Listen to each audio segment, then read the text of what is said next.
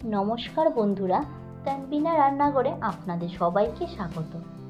আজ নিয়ে এসেছি সন্ধ্যায় দুটি স্ন্যাক্স। তাহলে চলুন দেখে নেওয়া যাক।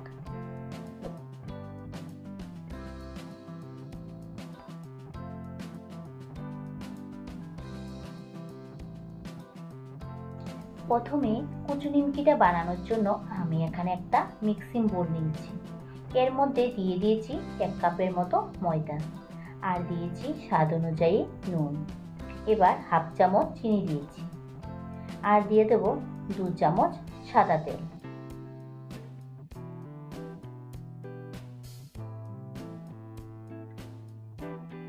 এবার শুকনো উপকরণগুলি ভালো করে এবার মেখে নেব।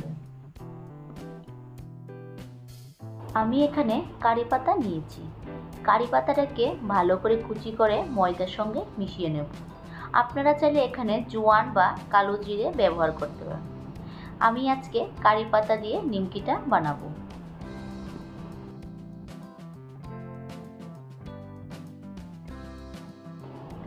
এবার কারি পাতাটাকে ময়দার সঙ্গে ভালো করে একটু মিশিয়ে নিয়েছি। এটাকে ভালো করে ময়াম দেওয়া হয়ে গিয়েছে। এবার অল্প অল্প করে জল দিয়ে ময়দাটাকে মেখে নেব। আমি এখানে কোনো গরম জল ব্যবহার করিনি, রুম টেম্পারেচারে রাখা জল ব্যবহার করছি। আমার ময়দাটা মাখা হয়ে গিয়েছে। এবার এটাকে 10 মিনিট ঢাকা দিয়ে রেখে দেব।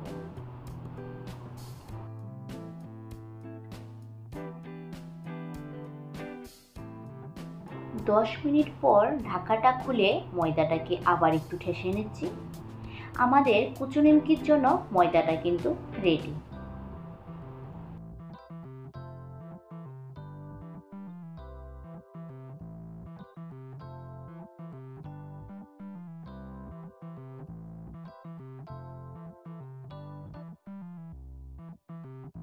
এবার কুচু নিমকির জন্য ময়দাটাকে বেলে নেব। আমি এখানে কোনো তেল বা ঘি ব্যবহার করিনি, ময়দাতে যথেষ্ট পরিমাণ তেল আছে। আপনারা চাইলে এখানে তেল বা ঘি ব্যবহার করতে পারেন, কিন্তু কোনো ময়দা বা আটা ব্যবহার করবেন না।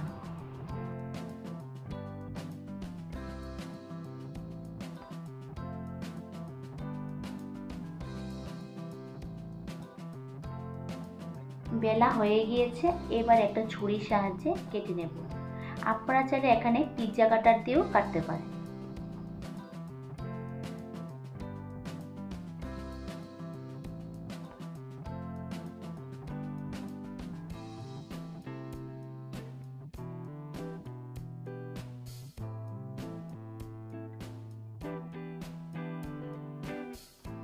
এভাবে করে আমি ছুরি দিয়ে গোল পিস শেপে কেটে নিচ্ছি।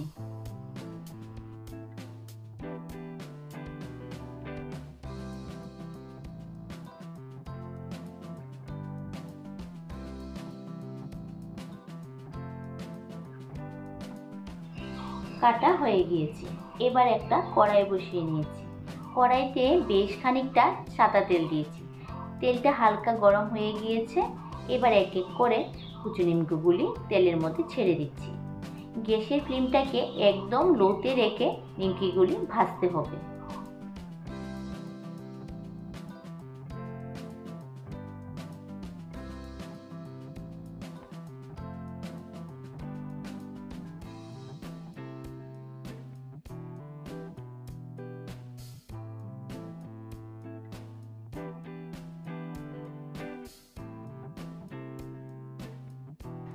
এবার 10 থেকে 15 মিনিট ধরে নিমকিগুলিকে ভেজে নিয়েছি।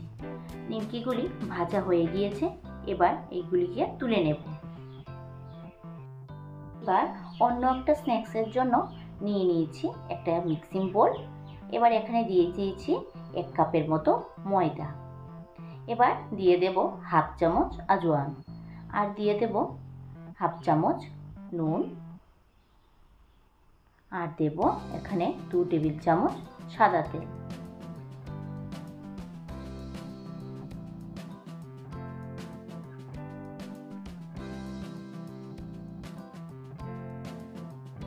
শুকনো উপকরণগুলি ভালো করে এবার একটু মিশিয়ে নিয়েছি।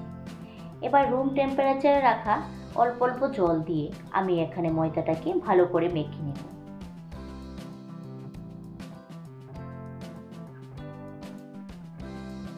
ময়দাটাকে ভালো করে মেখে নিয়েছি। এবার 10 থেকে 15 মিনিটটাকে ঢাকা দিয়ে রেখে দেব। এবার এই সাইডে আগে থেকে বয়েল করা আমি দুটো আলু নিয়েছি। আলুটাকে ভালো করে এবার একটা গ্রেট করে নেব।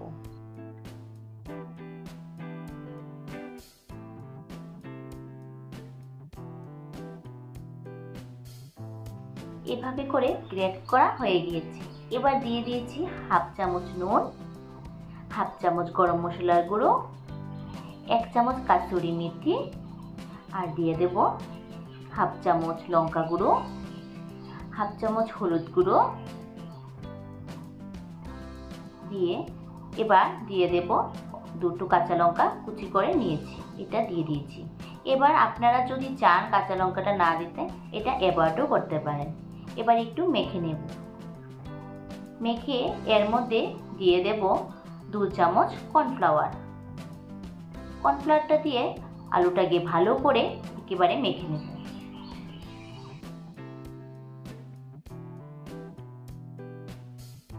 আলুটা ভালো করে মাখা হয়ে গিয়েছে।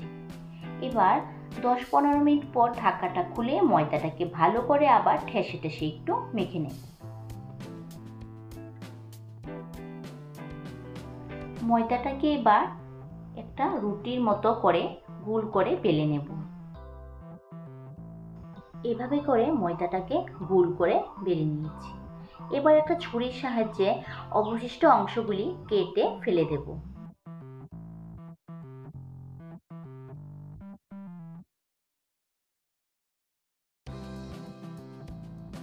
আপনারা চাইলে এটাকে যত গোল করে বেলতে পারবেন তত জিনিসটা ভালো হবে।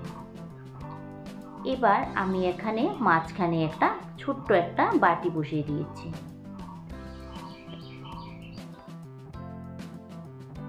এবার মাখা আলুটাকে রুটিটার উপরে একদম হালকা করে লাগিয়ে নেব। আমি এখানে চামচের নিচের অংশটা দিয়ে লাগিয়েছি, আপনারা চাইলে এটাকে ছুরি দিয়েও লাগাতে পারেন।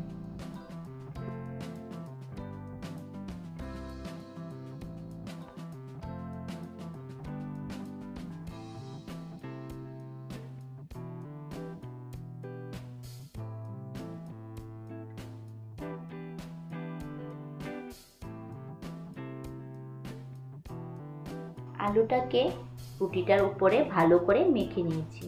এবার মাঝখানে বাটিটা তুলে নিয়েছি। এবার একটা ছুরির সাহায্যে আমি রুটিটাকে 4 ভাগ করে কেটে নিচ্ছি।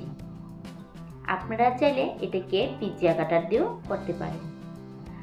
আমি কিভাবে কাটি আপনারা ভালো করে লক্ষ্য করেন। 4 ভাগ করে কাটা হয়ে গিয়েছে। এবার আমি ট্রায়াঙ্গেল শেপ করে কেটে নিচ্ছি।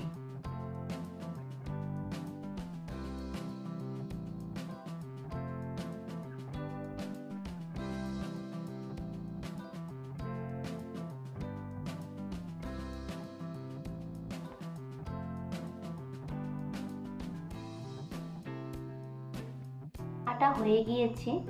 এবার রুটির নিচের অংশটাকে ধরে রোল করে নিয়ে নেব। রোলটা কিন্তু খুব সাবধানে করতে হবে। রোল করে নিয়েছি। এবার উপরে চিকন অংশটাকে একটু জল লাগিয়ে নিয়েছি। জল লাগিয়ে এবার ভালো করে একটু লাগিয়ে নেব, না হলে কি হবে তেলের মধ্যে দেওয়ার সঙ্গে সঙ্গে এটা খুলে যাবে। এভাবে করে আমি আপনাদেরকে আরেকটা দেখাচ্ছি। এভাবে করে আমি সবগুলি করে নিচ্ছি।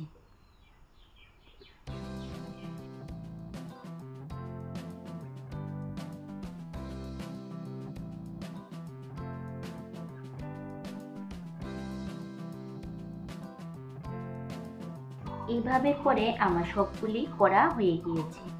এবার একটা কড়াই বসিয়ে নিয়েছি। কড়াইতে বেশ খানিকটা তেল দিয়েছি। তেলটা গরম হয়ে গিয়েছে। এবার এক এক করে পটেটো রোল সামোসাগুলি দিয়ে দিচ্ছি। দিয়ে গ্যাসের ফ্লেমটাকে একদম মিডিয়ামে রেখে এগুলিকে 10 থেকে 15 মিনিট ভেজে নেব।